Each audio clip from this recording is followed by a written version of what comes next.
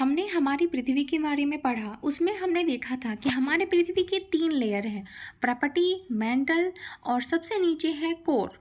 Core में पिघले अवस्था में मैग्मा पाया जाता है और ये मैग्मा अत्यधिक ताप के कारण पिघले हुए अवस्था में होता है। हम सब जानते हैं कि हमारे पृथ्वी के केंद्र की जो तापमान होते हैं वो 6000 डिग्री सेल्सियस तक होते हैं और इसीलिए वहाँ जो मैग्मा होता है, जो खनिज पदार्थ होते हैं वो पिघले हुए अवस्था में होते हैं और ये मैग्मा हमारे पृथ्वी के बाहर आते हैं जिससे चट्टान का निर्माण होता है।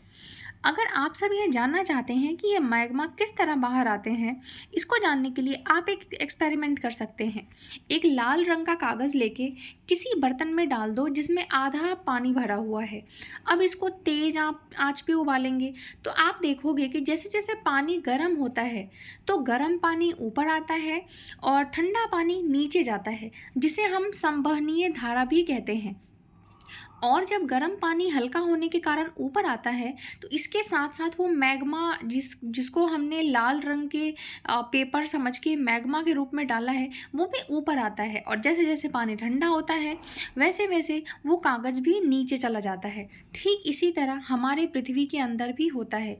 इसी तरह मैग्मा तापमान के अंदर बढ़ जाने के कारण और हमारे पृथ्वी के अंदर जो प्लेट है उनमें गति होने के कारण ये मैग्मा बाहर आते हैं और बाहर आके ये ठंडा हो जाते हैं। हम डिस्कस कर रहे हैं क्लास 7 एनसीईआरटी ज्योग्राफी का 3rd चैप्टर। इसमें हम हमारी पृथ्वी कैसे बदल रही है उसको देखेंगे। हमने जलमंडल, स्थलमंडल और वायुमंडल के बारे में पढ़ा था। आज हम इस चैप्टर में जल, वायु और फिर हिम, इन सब के कार्य के बारे में जानेंगे कि आखिर ये हमारे पृथ्वी पे क्यों है, इनके कार्य क्या हैं, इनसे हमारी पृथ्वी कैसे बदल रही है। तो आइए शुरू करते हैं। हम सब जानते हैं कि हमारा जो स्थल मंडल है ये अनेक प्लेटों में विभाजित है और इसे ही हम स्थलमंडलीय प्लेट कहते हैं। और ये जो आप प्लेट का नाम सुन रहे हैं ना, इसी प्लेट पे हमारे महाद्वीप स्थित होते हैं। यह प्लेट हमेशा धीमी गति से चारों तरफ घूमती रहती है। एक साल में लगभग कुछ किलोमीटर तक ये अपने स्थान पे ये गति करती रहती है। पृथ्वी के अंदर पिघले हुए मैग्मा में होने वाली गति के कारण ही ऐसा होता है। वो मैग्मा ऐसे ही गर्म और ठंडा होते रहते हैं, वो ऊपर नीचे आते रहते हैं। इसी वजह से ये प्लेट भी गति करते रहता है। पृथ्वी के अंदर पिघला हुआ मैग्मा एक वृत्तीय रूप में घूमता है। वृत्त क्या होता है? बिल्कुल गोल सा। और मैग्मा भी ठीक इसी तरह, जैसे कि पानी में आप कागज़ डालोगे तो कैसे वो ऊपर से नीचे की तरफ गोल गोल घूमता है, तो मैग्मा भी इसी तरह हमारे पृथ्वी के अंदर ऊपर से नीचे गोल गोल पथ में घूमता रहता है। प्लेट की इस गति के कारण ही पृथ्वी की सतह पर परिवर्तन होता है। पृथ्वी की गति उन बलों के आधार पर विभाजित किया जाता है जिनके कारण ये गतियाँ उत्पन्न होती है। पृथ्वी के बल जो आंतरिक भाग में घटित होते हैं उसे हम अंतर्जनित बल कहते हैं, यानी कि एंडोजेनिक फोर्स कहते हैं। और जो बल पृथ्वी के सतह पर यानी कि पृथ्वी के ऊपर उत्पन्न होते हैं उसे हम बहिर्जनिक बल कहते हैं, यानी कि एक्सोजेनिक कहते हैं। एंडो मतलब अंदर और एक्सो मतलब बाहर। जो एंडोजेनिक फोर्स होता है इसमें कभी कभी अचानक से गति आ जाती है और कभी कभी ये धीमी हो जाती है। इसी कारण जो भूकंप और ज्वालामुखी है ये आकस्मिक गति के कारण ही पृथ्वी के सतह पर आती है और सबसे ज़्यादा हानि होती है इसकी वजह से।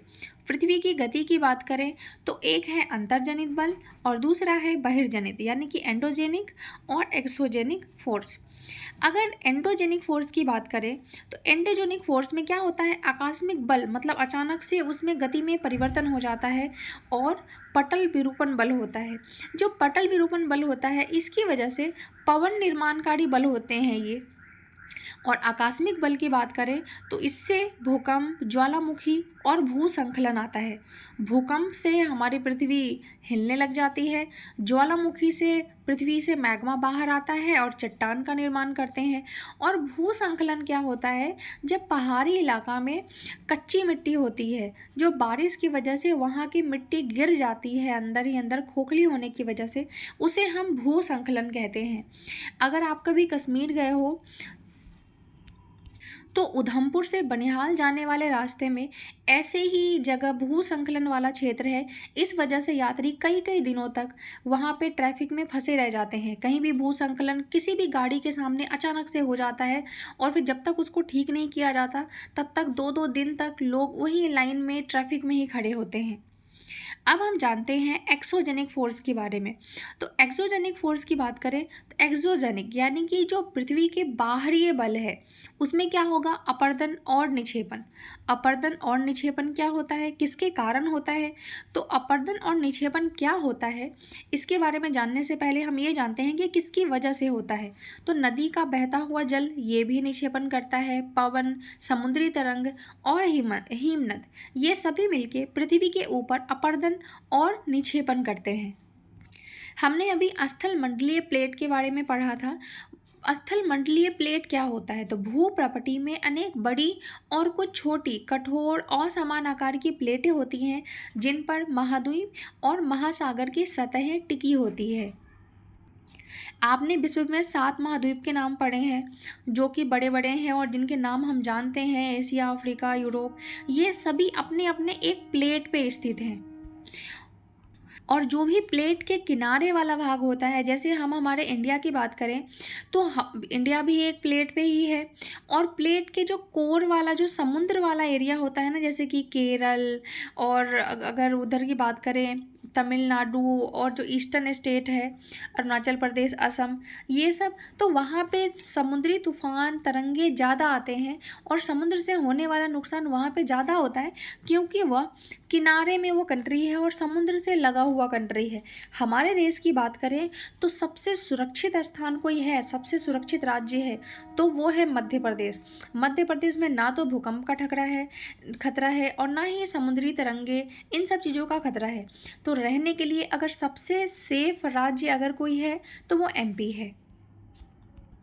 हमने एंडोजेनिक फोर्स के बारे में बात किया जिसमें भूकंप, ज्वालामुखी और भूसंकलन के बारे में है बताया गया है। भूसंकलन मैंने आपको अभी एक्सप्लेन किया, भूकंप आप जानते हैं, फिर भी उसको हम आगे पढ़ेंगे। पहले हम ज्वालामुखी के बारे में जानते हैं। ज्वालामुखी भूप्रपटी पर एक खुला हुआ छिद्र होता है जिससे पिघले हुए पदार्थ यानी कि मैग्मा अचानक से निकलते हैं। आप अगर इस इमेज में देख रहे होंगे तो ज्वालामुखी कुछ इस प्रकार का होता है। ज्वालामुखी में ऊपर की ओर एक छिद्र होता है जिससे कि गैस निकलते हैं, उसे हम क्रेटर कहते हैं। और बीच से ही यहीं कहीं से मैग्मा निकल जाता है जिसे हम निकास या वेंट कहते हैं। यहीं से हमारा लावा निकलता है। नीचे जो ब्राउन वाला हिस्सा है ये है मेंटल, क्योंकि मेंटल से ही बिल्कुल सटा हुआ क्रोड होता है जहाँ पे मैग्मा पाया जाता है और वहीं से मैग्मा प्रपटी पे आता है। ऊपर जो येलो वाला हिस्सा है ये प्रपटी है जिस पे हम रहते हैं और जो पृथ्वी के कुल जो उसकी जो वो है एरिया है जहाँ पे क्रोड, मेंटल और प्रॉपर्टी पाए जाते हैं उसका केवल 1% है प्रॉपर्टी और 84% मेंटल है। इस 84% को पार करता हुआ ये मैग्मा प्रॉपर्टी पे आके और ज्वालामुखी का विस्फोट करता है जिससे कि मैग्मा निकलते हैं। ये मैग्मा निकलता क्यों है? तो हमारे स्थल मंडलीय प्लेटों में गति करने पर पृथ्वी की सतह पर कंपन होता है। और कंपन क्यों होता है इसको आप एक ऐसे एक्सरसाइज से समझ सकते हैं। आप अगर किसी बर्तन में गर्म पानी कर रहे हों और उसको आपने अगर ढक्कन से ढक रखा है तो जब वो पानी गर्म होके उबलता है तो आपने देखा होगा कि वो ढक्कन अपने आप हिलने लग जाता है। ऐसा ही हमारी पृथ्वी के साथ होता है। हमारी पृथ्वी जब अंदर से बिल्कुल गर्म होती है तो उसके अंदर गति होती है जिसकी वजह से ये प्रपटी हिलने लग जाता है, पृथ्वी में कंपन होने लग जाता है, यही भूकंप होता है। भूप्रपटी का वह स्थान जहाँ से कंपन होना शुरू होता है उसे हम उद्गम क्षेत्र कहते हैं, उद्गम केंद्र कहते हैं। मतलब जहाँ से ये भूकंप होना शुरू हुआ है उसको हम उद्गम केंद्र कहते हैं, जिसको आप इस इमेज में भी देख सकते हैं। नीचे जो बिल्कुल गोल सा बना हुआ है ये है उद्गम केंद्र। यहाँ से किसी भी भूकंप की उत्पत्ति हुई है और उद्गम केंद्र के भू सतह पर उसके निकटतम स्थान को अधिकेंद्र कहते हैं। हैं। मतलब कि पृथ्वी पर जहाँ पर सबसे पहले झटके का महसूस किया गया है उसे हम अधिकेंद्र कहते हैं। जहाँ से प्रारंभ हुआ है उसे उद्गम केंद्र, और जहाँ पे सबसे पहले महसूस हुआ है उसे हम अधिकेंद्र कहते हैं। अधिकेंद्र के से कंपन बाहर की ओर तरंगे के रूप में गमन करती है। ये गोल गोल आप देख रहे होंगे तरंग धम, वो जो भूकंप की तरंगे होती है वो इसी तरह से पृथ्वी के चारों तरफ फैल जाती है। अधिकेंद्र के निकटतम भाग पर सबसे ज़्यादा हानि होती है एवं अधिकेंद्र से दूरी बढ़ने के साथ साथ भूकंप की तीव्रता भी धीरे धीरे कम होती जाती है और वहाँ पे नुकसान कम होता है। ये जो भूकंप है इससे 3 तरह की तरंगे निकलती है, यानी कि भूकंपीय तरंग 3 प्रकार के होते हैं, पी, एस और एल। पी मतलब प्राइमरी, एस मतलब सेकेंडरी और एल को हम लव तरंग भी कहते हैं। लव वाला तरंग सबसे ज़्यादा खतरनाक होता है क्योंकि ये सबसे धीमी अवस्था में आता है और प्राइमरी तरंग सबसे तेज़ी में आता है, इसलिए इससे नुकसान भी सबसे कम होता है। भूकंप के बारे में हमने जान लिया कि भूकंप क्यों आता है और कैसा होता है, लेकिन क्या भूकंप की भविष्यवाणी संभव है? ऐसा नहीं है। भूकंप की हम भविष्यवाणी नहीं कर सकते हैं, लेकिन इसके लिए हम पहले से तैयार हो सकते हैं और कुछ सामान्य तरीकों से हम भूकंप की संभावना का अनुमान लगा सकते हैं। जैसे कि जानवरों का जो व्यवहार होता है उसको अगर हम ऑब्जर्व करें तो हमें पता लग सकता है। जिस एरिया में भूकंप आने वाले होते हैं वहाँ से जानवर भागने लग जाते हैं। तालाब में जो मछलियाँ होती है उसमें उत्तेजना आने लग जाता है और सांप धरातल से बाहर आना शुरू हो जाते हैं। लेकिन ये पता कैसे करें कि भूकंप कितनी तेजी आया है और उससे क्या नुकसान होगा? तो भूकंप मापने का एक यंत्र होता है जिसे हम भूकंप लेखी कहते हैं। भूकंप की तीव्रता रिएक्टर स्केल पे मापी जाती है। अगर भूकंप की तीव्रता 2.0 है या उससे कम है तो उसका प्रवाह नहीं के बराबर होता है। जिस भूकंप की तीव्रता 5.0 होती है वह वस्तुओं के गिरने की क्षति पहुंचा सकता है। मतलब अगर 5.0 की स्पीड से कोई भूकंप आया है तो चीज़ें गिर सकती है, जैसे बड़ी बड़ी बिल्डिंगें गिर सकती है। लेकिन जिस भूकंप की तीव्रता 6.0 होती है या उससे ज़्यादा होती है वो बहुत शक्तिशाली होता है, और जिनकी तीव्रता 7.0 या इससे ज़्यादा होती है इसको तो सबसे ज़्यादा खतरनाक, सबसे ज़्यादा शक्तिशाली जाना जाता है। ऐसा ही भूकंप गुजरात में आया था जो कि 26 जनवरी 2001 में हुआ था। भुज एक स्थान है गुजरात में, वहाँ पे भूकंप जो आया था उसकी तीव्रता रिएक्टर स्केल पे 6.9 बताया गया था। इस भूकंप से सबसे ज़्यादा स्कूल प्रभावित हुए थे। स्कूल की इमारतें गिरने की वजह से लगभग 971 बच्चे और 31 शिक्षकों की मौत हो गई थी। मौत होने की आशंका जताई जा रही थी। भुज में निराशाजनक राहत हुई थी क्योंकि भूकंप के 3 दिन बाद तक भी हर व्यक्ति भोजन और कंबल, दवाएं इन सब के ना पहुंचने के कारण बहुत ही उनकी हालत चिंताजनक थी। भूकंप में तबाही ऐसी हुई थी कि वहाँ के जो भी फोन लाइन और जल का पाइपलाइन, विद्युत स्टेशन और संचार लाइन ये सभी अवरोधित हो गए थे। शहर में आग लग गया था। चारकोल और अंगीठियों के पलटने से वहाँ पे कई स्थानों पर आग लग गए थे। भूकंप का जो भी प्रभावित क्षेत्र था वहाँ पे राष्ट्रपति ने आपातकालीन स्थिति की घोषणा की थी और गुजरात सरकार ने इस संकट का सामना करने के लिए केंद्र सरकार से कुछ वित्तीय सहायता भी मांगी थी। भूकंप की भविष्यवाणी तो नहीं की जा सकती, इसको हम जानवरों या फिर उनके व्यवहार से जान सकते हैं, लेकिन इसके बचाव की तैयारी हमारे बस में होती है, वो हम कर सकते हैं। कैसे करें? भूकंप आने पर कुछ ही सुरक्षित स्थान पे जगह, जैसे कि किचन में अगर कोई काउंटर है या मजबूत मेज है जो कि आसानी से नहीं टूटे, या दीवार के कोने में जाकर हम खड़े हो सकते हैं। इससे हम भूकंप से अपनी रक्षा कर सकते हैं। और वैसी जगह जहाँ पे आग लगने वाला हो या आसपास चिमनी हो या टूटने फूटने वाले दरवाजे, खिड़की, फ्रेम या आईना हो, उससे हमें दूर रहना चाहिए। और हमें अपने दोस्तों, परिवार के सदस्यों के बीच जागरूकता भी फैलाना चाहिए ताकि हम इस आपदा का सामना विश्वास से करें। अब हम मुख्य स्थलाकृति के बारे में बात करते हैं। अपक्षय एवं अपरदन के बारे में हमने ऊपर भी पढ़ा था। तो अपक्षय एवं अपरदन नामक दो प्रक्रमों द्वारा ही दृश्य भूमि पर यानी कि पृथ्वी पर लगातार विघटित होती है। पृथ्वी की सतह पर सैलों के टूटने से अपक्षय की क्रिया होती है। वो जो ज्वालामुखी फूटता है और मैग्मा निकल के बाहर आते हैं और उस मैग्मा से अग्नेय चट्टान बनता है, अग्नेय अपसादी का आंतरिक चट्टान जो भी बनता है, तो ये जो सैल हैं इनके टूटने से अपक्षय की क्रिया होती है। भूदृश्य पे जल, पवन और हिम जैसे विभिन्न घटकों द्वारा होने वाले क्षय, मतलब अगर कोई सैल के टूटने से हुआ है, सैल टूट टूट के अलग हो रहे हैं, तो उसे हम अपक्षय कहते हैं। लेकिन पानी, हवा या हिम यानी कि बर्फ़ से अगर कोई अपरदन होता है, अगर किसी जगह का अपरदन होता है यानी कि उस जगह की मिट्टी को घिस कर कहीं और ले जाया जाता है, वायु, जल, ये सभी अपरदित पदार्थ को, मतलब अपने द्वारा काटे गए पदार्थ को एक स्थान से दूसरे स्थान पर ले जाते हैं और इसी से एक स्थान निक्षेपित करते हैं। अपरदन एवं निक्षेपण का ये प्रकरण पृथ्वी के धरातल पर बहुत सारी स्थलाकृतियों का निर्माण करते हैं। अक्षेपण और अपरदन में अंतर आपको समझ में आ गया होगा। मैं एक बार और रिपीट करती हूँ। अपक्षय क्या होता है? सैल के टूटने की क्रिया को हम अपक्षय कहते हैं, ठीक है। और अपरदन क्या होता है? जल, हवा या हिम, इनकी वजह से वो अपने द्वारा वो जहाँ से भी जाते हैं उस जगह पे, उस स्थान को थोड़ा थोड़ा काटते हुए अपने साथ एक जगह से दूसरी जगह ले जाते हैं और इसे ही हम अपरदन कहते हैं।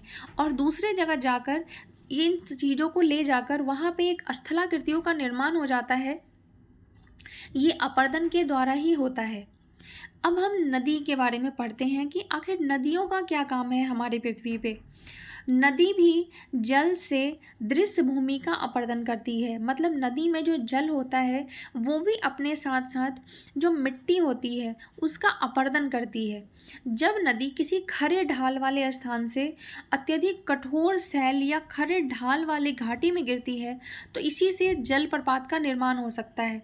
जैसे कि आप इस इमेज में देख रहे होंगे, आपने कई बार देखा होगा, मूवी में भी दिखाया जाता है और कई ऐसे स्थान हैं जहाँ पे बिल्कुल ऊंची जगह से, पहाड़ी से पानी गिरता है तो उसमें आवाज़ भी आती है और उसकी गति इतनी तेज़ होती है, वो नीचे गिरती है इतनी तेज़ी से कि वहाँ पे जलप्रपात का निर्माण कर देती है। ये है, यहाँ इमेज में आप देखो, ये है कठोर सैल यानी कि चट्टान और जल की शक्ति से यह कट जाता है। और कटे, ये यहाँ से पहले ऐसे कटा हुआ नहीं था जहाँ से आपको जल दिखते हुए दिख रहा है, तो ये कट गया है, ये पहले कटा हुआ नहीं था। जल जो अपनी शक्तियों से इसे काटती है, ये तब ये मृदु सैल बन जाते हैं। यहाँ जो आप जलप्रपात देख रहे हैं, विश्व में ऐसे हजारों छोटे छोटे जलप्रपात हैं, लेकिन सबसे ऊंचा जलप्रपात दक्षिणी अमेरिका के वेनेजुएला का एंजल जलप्रपात है।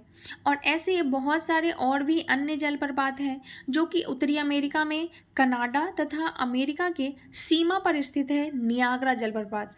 उसी तरह अफ्रीका में जाम्बिया एवं जिम्बाब्वे के सीमा पर स्थित है विक्टोरिया जलप्रपात। अब इसी जलप्रपात से यहाँ से पानी गिरते हुए ये बहते हुए जाएगा। यहाँ पे तो इसकी स्पीड बहुत ज़्यादा है, मगर जैसे जैसे ये आगे जाएगा वैसे वैसे इसकी स्पीड कम हो जाएगी और ये नदी का रूप ले लेगी। जब यह नदी मैदानी क्षेत्र में प्रवेश करती है तो वह मोड़दार मार्ग में बहने लग जाती है। आपने देखा होगा कि नदी जो बहती है वो मोड़दार ऐसे मार्ग में बहती है, सीधी नहीं बहती कोई नदी। और नदी के इसी मोड़ को हम विसर्प कहते हैं। आपने देखा है सांप कैसे चलता है, तो सांप को हम सर्प कहते हैं ना, तो इसीलिए नदी की ऐसी आकृति को हम विसर्प कहते हैं। इसके बाद विसर्पों के किनारे से लगातार अपरदन और निक्षेपण शुरू करता है। ये जो सांप की तरह नदियाँ चलती हैं, ये अपने आसपास की जो मिट्टी होती है उसको अपरदित और निक्षेपित करना शुरू कर देती है।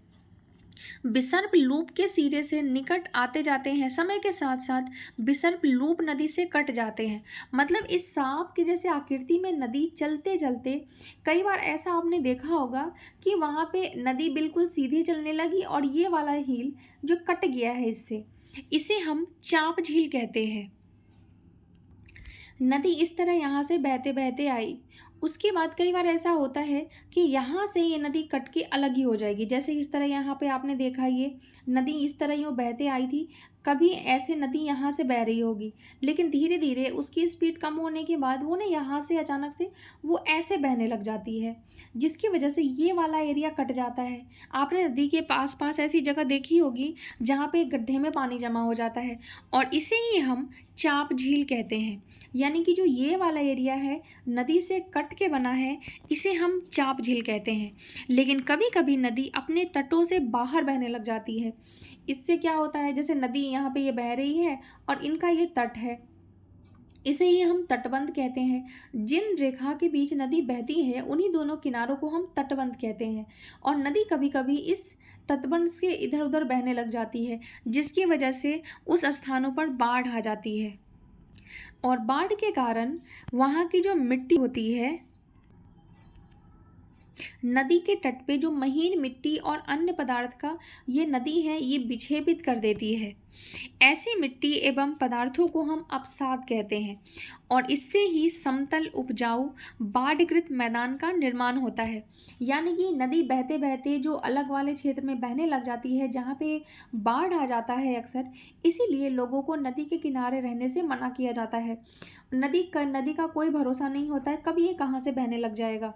तो जब इस वाले स्थान से बहकर नदी वापस ऐसे बहने लग जाती है, तो इस स्थान को हम समतल उपजाऊ बाढ़ग्रस्त मैदान कहते हैं। नदी का जो ये तट है इसे हम तटबंध कहते हैं। यही नदियाँ, सारी नदियाँ समुद्र में जाकर मिलती है।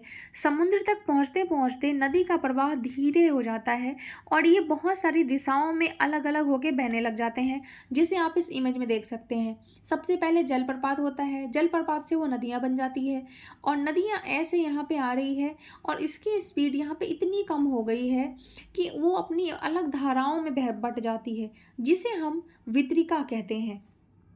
यह नदी इतनी धीमी हो जाती है कि वह जो अपने साथ जो निक्षेपित करती हुई मलबे लाती है, यानी कि जो मिट्टी लाती है, उसे प्रत्येक वितरिका अपने मुहाने पर निर्माण करती है, और सभी मुहानों के अपसादों के संग्रह से डेल्टा का निर्माण होता है। ये डेल्टा बहुत उपजाऊ होते हैं।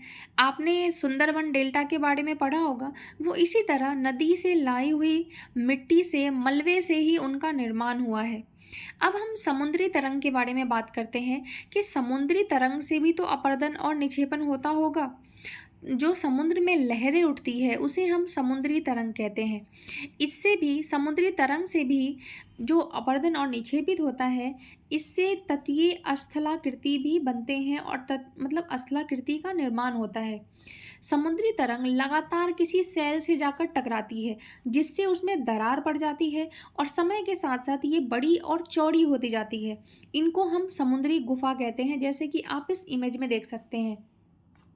पानी की ऐसी इतनी तेज़ी से जब ये तरंगे यहाँ पे टकराएंगी, तो इसमें पहले तो दरार होंगे, ये दरार हुए और दरार होने के बाद ये फट जाएंगे, यहाँ से ये जगह चौड़ी होती जाएगी।